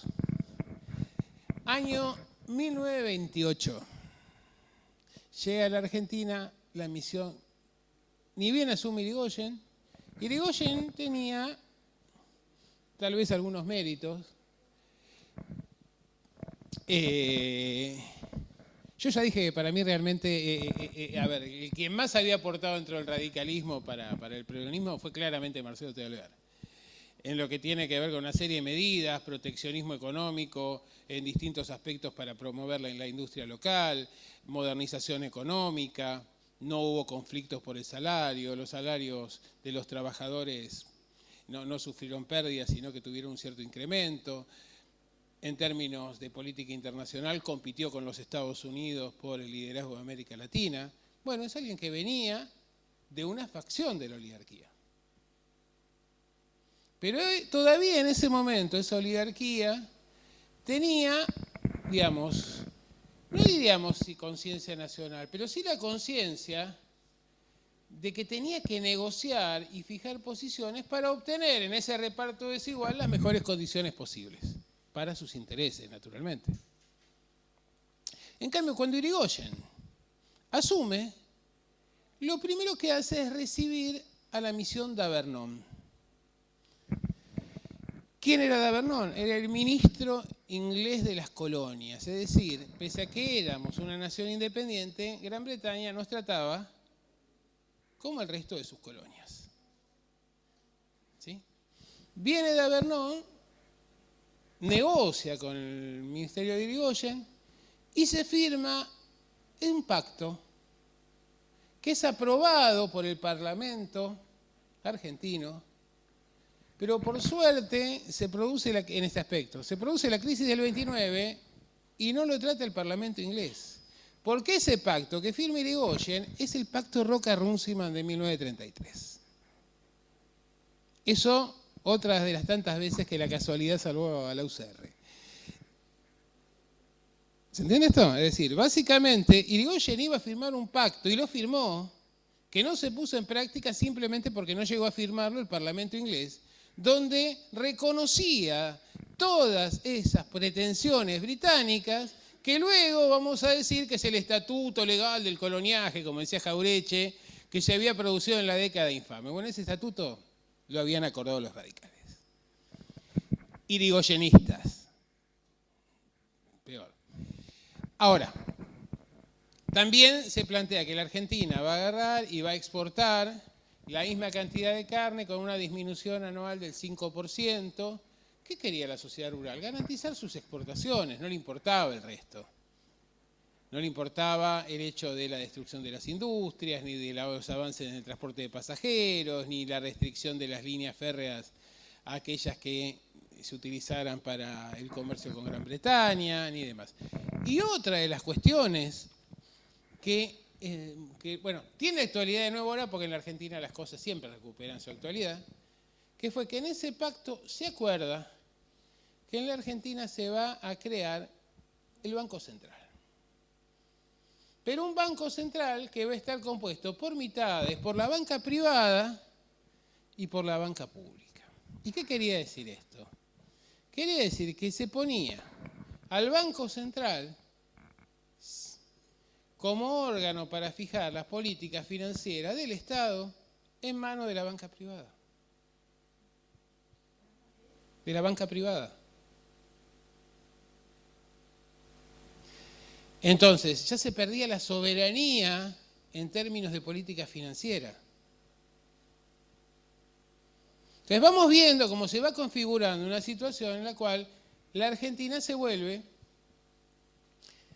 cada vez más, nuevamente, un apéndice de la economía británica, con el agravante de que cuando antes había sido un apéndice de la economía británica, era una Gran Bretaña en expansión que había generado producción de riqueza y también la rapiña de la riqueza, pero en definitiva ahora lo que se estaba distribuyendo era la pobreza, es decir, básicamente era una potencia en retroceso que no tenía nada por ofrecer, que vendía porquerías, porque en realidad los trenes durante la etapa anterior se abastecían con carbón producido en el país, pero a partir del Pacto de Roca-Runciman había que comprárselos a Gran Bretaña. Pongo ejemplos. Lo cual implicó tener que cerrar la minería y generar un mayor nivel de desocupación en el mercado interno. Del mismo modo que se cerraban las industrias que eran competitivas con los productos que podía vender Gran Bretaña. Entonces, la situación era compleja y se agravó porque a partir del año 35 se va a dar un debate que va a tener sus manifestaciones naturalmente aquí en la sociedad, y muchas de ellas muy violentas. Se inicia la Guerra Civil Española entre los republicanos de un lado y el franquismo del otro, los monárquicos católicos del otro. ¿Qué ocurría? Fuera de España, la principal colonia española estaba en nuestro país. Por lo tanto, los titulares de los diarios se ocupaban casi exclusivamente de los sucesos que se estaban dando en España. Pero como creo que ustedes saben, la Guerra Civil Española en realidad fue una especie de laboratorio, de espacio de pruebas del armamento que luego se iba a desplegar en la Segunda Guerra Mundial. Por eso del lado de la República había una colaboración en algunos momentos, después le soltaron la mano, de la Unión Soviética, y del otro lado el franquismo tenía el respaldo de Alemania esencialmente. Aquí en la Argentina se organizaban colectas, se enviaban voluntarios para participar de la guerra, los periódicos se alineaban de uno u otro lado, se vivía el clima de la guerra aquí. Y también son los años de consolidación y expansión del nazismo y del milagro económico alemán, como se lo llamó, de los años 30. Entonces, en la sociedad argentina lo que teníamos era una sociedad absolutamente fragmentada, con fraude electoral, represión, vuelta al coloniaje económico, tomando partido en la división por uno u otro bando de la guerra, con enfrentamientos callejeros y demás, y en muchos espacios, sindicatos, colegios, se armaban milicias para la eventualidad de lo que pudiera pasar.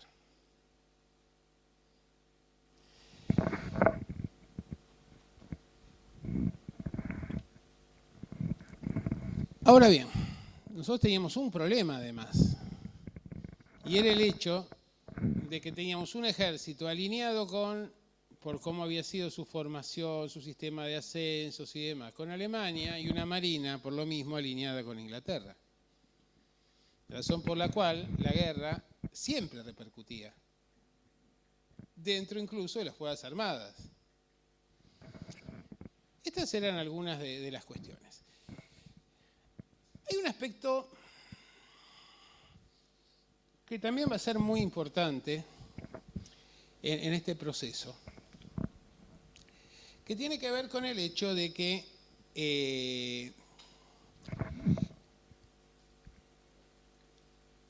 como consecuencia del cierre del mercado internacional, vamos a tener a Dreyfus y a Bungey-Born como dos grandes intermediarios que, aprovechando esa caída en los precios y en el mercado internacional, van a concentrar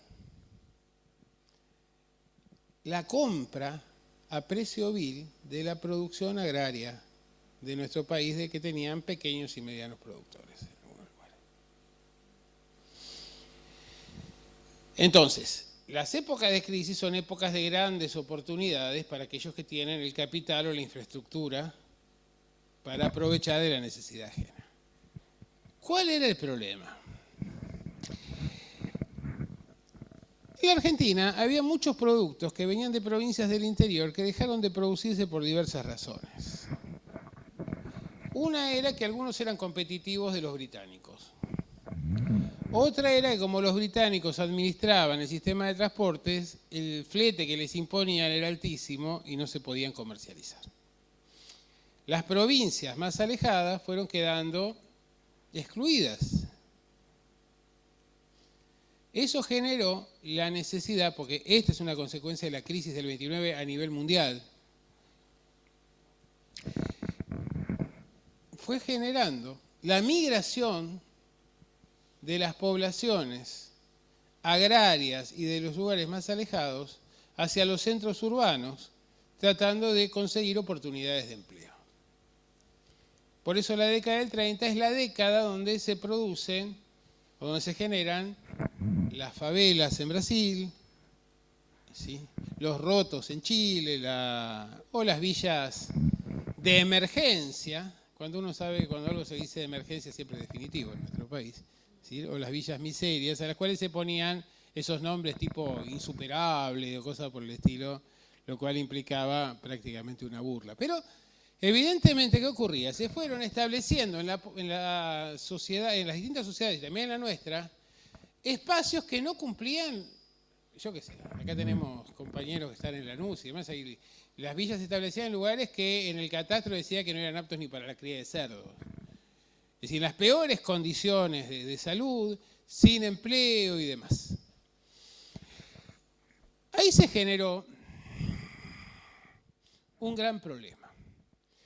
El problema era qué hacer con esa población, porque si realmente, además había otra cosa, como les pagaban tan poco por los productos agrícolas, los productores pequeños y medianos empezaban a dejar las tierras y venirse también hacia los centros urbanos. Entonces había un gran problema que siempre hace hincapié Guillermo aquí, que es el tema de qué poner en arriba de la mesa, es decir, cómo abastecer de alimento a la población. Entonces, el gobierno tiene que, por un lado, refuerza el pacto colonial, pero por el otro lado, tiene que hacer algo para generar medidas de contención social, para evitar que no sigan viniendo los productores, para que sigan produciendo alimentos, para poder abastecer a los centros urbanos. Y para eso crean las juntas reguladoras de la producción. Y por el otro lado, hay que tratar de generar empleo público para evitar que esos recién llegados, si no tienen abastecimiento, no recurran al saqueo o a formas de violencia para, naturalmente, garantizar su subsistencia. Una cosa que se hace en esos años 30 es la circunvalación de la capital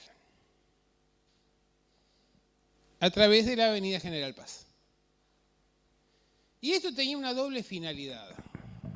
Por un lado, generar empleo de baja calificación para los migrantes internos. Por el otro lado, generar, como lo llamaban en aquel momento, un cinturón higiénico que separara a la civilización de los nuevos bárbaros. ¿Se entiende esto? Bueno, entonces, se genera obra pública y se genera también la Junta Reguladora, por el cual el Estado le garantizaba a los productores una cifra por su producción que era razonable para garantizar que siguieran produciendo y no cayeran en manos de estos consorcios internacionales que, aprovechando la miseria, pagaban precios de hambre. Esto es muy importante. Ahí voy. ¿Por qué? Porque esos dos elementos, sumados al impulso de la industria y demás, van a ser la base del INADI, perdón, del IAPI en los años del peronismo. Por supuesto que va a ser desplegado con una lógica mayor. Ahora, ¿qué ocurre? El Estado se convertía, el negocio de las carnes ya se hacía con Gran Bretaña directamente a través de intermediarios. Había un sector que no exportaba y que abastecía al mercado interno, por eso no teníamos los problemas que tenemos ahora. El otro, de la carne de mayor calidad, directamente seguía por los frigoríficos ingleses, porque había que cerrar los frigoríficos argentinos, impidiéndole la exportación para garantizar el negocio a los británicos. Pero ¿qué ocurre? El Estado tenía una gran cantidad de alimentos que compraba y que podía regular el mercado interno poniéndolos a precios baratos, de modo tal de mantener salarios, es decir, de incrementar la capacidad de compra de salarios bajos. ¿Vos qué querés decir? Voy a entender eso un poco mejor, la función de la Junta, que era varias, de La jugó, sí, había varias. Y luego la colocaba en el mercado interno, básicamente, a precios bajos, para garantizar salarios bajos y de alguna manera incrementar la capacidad de compra de los salarios.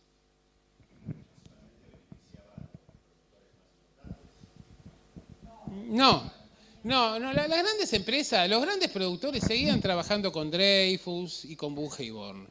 El tema eran los pequeños y medianos, con los cuales estos tipos vampirizaban la producción, básicamente aprovechando el estado de necesidad que tenían estos pequeños y medianos productores.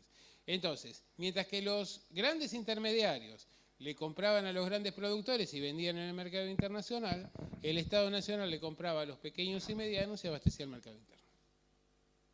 ¿Sí? Con la carne de menor calidad se negociaba en el mercado interno y la carne de exportación se operaba a través de los frigoríficos.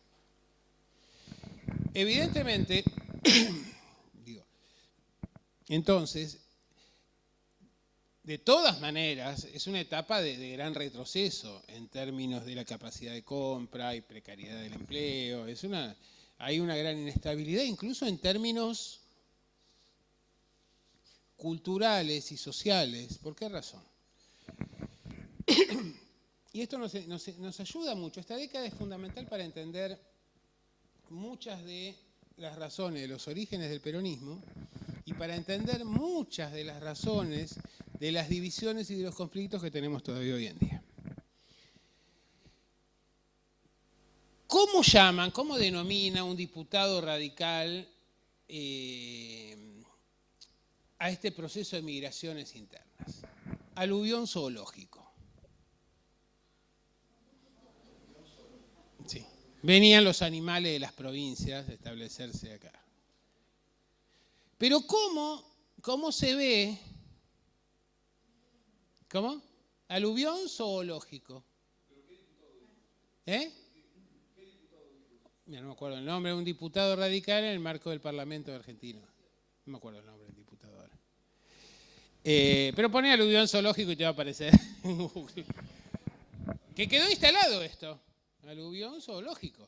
Y el otro término que va a quedar y que va a seguir casi hasta la actualidad, o seguramente también, es el de cabecita negra. Y esto nos explica el voto y ciertos comportamientos sociales. nosotros teníamos muchos inmigrantes europeos, y esos inmigrantes europeos, muchos de ellos no eran precisamente rubios, ni siquiera estaban alfabetizados o tenían un nivel educativo importante. Cuando se produce la migración, estos inmigrantes sienten la presión de la competencia de los recién llegados. Entonces, se instala, con términos con un intento muy claro de hacer confrontar a pobres contra pobres, ¿no? El concepto, ahí hubiera hecho falta. Ahí viene la definición, el mote de cabecita negra. Frente a las cabecitas rubias, pero no eran rubios, se sentían rubios. Es como los que dicen, voto a Macri y así yo voy. ¿Se entiende esto? Bueno, ahí entendemos algunas pautas culturales. Entonces, evidentemente, aquí lo que ocurre es que se da una confrontación. Y hay una cosa muy interesante que luego el peronismo va a explotar muy bien. Ustedes se fijaron, ¿cuál era la música característica y de qué época es aquí en la ciudad de Buenos Aires? El tango. ¿Y de qué época son los principales tangos? El 30 está ahí. ¿Qué es lo que viene del interior? El folclore. El folclore es peronista. Ese es el punto. Claro, bueno, él estaba comentando algo que yo había señalado en una charla allá, que es el hecho de que el tango es la tristeza, es el exilio, es la nostalgia por nuestra... El tango es europeo de ese modo, es la Buenos Aires de la oligarquía, la Buenos Aires que quiere ser cosmopolita a imitación de Europa. El folclore lo que expresa son las tristezas, pero también las alegrías y las expectativas en la continuidad de la vida. Por eso, durante el peronismo, el tango, se deja escribir el tango. Y se deja escribir por otra cosa, porque en realidad se llega a 3% de desocupación y no se baja más porque era gente que no estaba en condiciones de trabajar. Es decir, básicamente, ¿cuál era la nostalgia? La imprevisibilidad del futuro en una sociedad donde los pobres comen, tienen acceso a la vivienda, tienen vacaciones, tienen empleo asegurado. ¿Se entiende esto? Claro. Entonces, ahí está un punto muy importante. Fíjense que el folclore, incluso cuando se da el proceso en el tiempo de la Guerra de Malvinas, antes de la caída de la dictadura, donde se da todo este movimiento cultural y musical, lo que se sintetiza sobre todo es el folclore con el rock. Con el rock. Fíjense que incluso ahora, si bien ahora han aparecido algunos grupos, algunos intérpretes que cantan tangos más contemporáneos, que tienen que ver con las cuestiones de género, no tienen prácticamente más que su tribu, no consiguen explotar. Y los tangos que se escribieron después son tangos que en realidad respetan la métrica, el mismo estilo de composición de los tangos de los años 20 o 30. No ha habido la renovación que hubo, a lo mejor en la figura de Piazzolla, que fue un intento, pero de darle una matriz aún más, digamos, de una alta cultura, es decir, asociándolo más con la música clásica.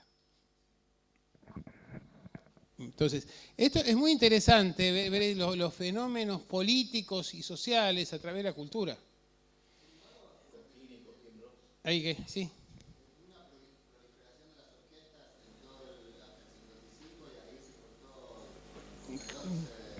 Se le da brillo. Sí, claro, sí, se le da un ritmo, es decir, pero no pasás del tango. El tango anterior era un tango de una guitarra y era el tango de un solista, era un tango... Después lo que se le da al tango es la puesta en escena, la luminosidad. Y está bien. Sí, pero ¿cuándo escriben? ¿Cambalache cuándo es? Y se está refiriendo a la crisis del 30, del 29 y la depresión posterior. Todos los tangos, si bien después son peronistas. Son los que agarran y observan que el mundo se cae a pedazos. Claro, cuando aparece el peronismo y desaparecen los motivos de tristeza, de preocupación y demás, en realidad, ¿qué nostalgia podemos tener si Europa estaba destruida por la guerra y la Argentina estaba en un proceso de incremento del mercado interno del desarrollo de la cultura? Bueno, tenemos que terminar, así que voy a hacer esta referencia nada más. La cuestión es que llegamos al año 43, estamos en medio de la guerra, la Argentina no le había ido mal en términos de las exportaciones, y ahí se da un tema, que era el siguiente. La oligarquía de aquí, del litoral, de porteña y sus aliados, insistía en mantener este sistema de fraude asociado a los partidos tradicionales, en la vinculación con el pacto Roca-Runciman, que era ese estatuto legal del coloniaje con Gran Bretaña, mantener la alianza británica. Pero Gran Bretaña estaba destruida en medio de la guerra. Del otro lado, del lado del Pacífico, teníamos a Robustiano Patrón Costas y teníamos una serie de empresarios que hacían negocios en sus tierras, las alquilaban al Standard Oil, a la ESO. La ESO había querido entrar en el país antes ya con Irigoyen, y lo que frenó un poco el ingreso fue el hecho de que la sociedad rural quería mantener la alianza británica. Cuando se va a producir la elección del 43, ¿qué ocurre? ¿Quién iba a ser el candidato? Por el lado de estos grupos oligárquicos del interior, se plantea a este Robustiano Patrón Costa, que como programa tenía acercarse a los Estados Unidos, transformar la alianza. Del otro lado, tenían como candidato a Justo, que había sido el primero de los presidentes, después de Uriburu, en el sistema de fraude, que era radical, había sido ministro de guerra de Irigoyen, y era un tipo hábil políticamente, pero se murió. El otro candidato era Marcelo T. de Alvear, y se muere. Razón por la cual estábamos medio así como... No había un candidato sólido, y existía la amenaza concreta de que con Inglaterra liquidada por la guerra y los Estados Unidos a punto de ganarla, se transformara el sistema geopolítico y que el eje económico pasara del Atlántico al Pacífico, porque la producción agraria era competitiva con los Estados Unidos. El tesoro para los Estados Unidos era la zona andina. ¿Se entiende esto? Entonces, por distintas razones, había muchos que no querían que se desarrollaran esas elecciones. La sociedad rural no lo quería por este cambio geopolítico que le iba a dejar mal parada respecto de sus intereses. Había otros que no lo querían por el hecho de que en realidad la alianza con Gran Bretaña era una alianza tradicional, pero Estados Unidos era nuestro tradicional competidor por el liderazgo latinoamericano. Y había otros sectores nacionalistas que veían que en esa disputa, en esa fractura interna de la oligarquía, se estaba abriendo la posibilidad de generar un cambio. Y eso es lo que lee admirablemente Perón, pero esto lo vamos a ver en la próxima clase. Terminamos aquí.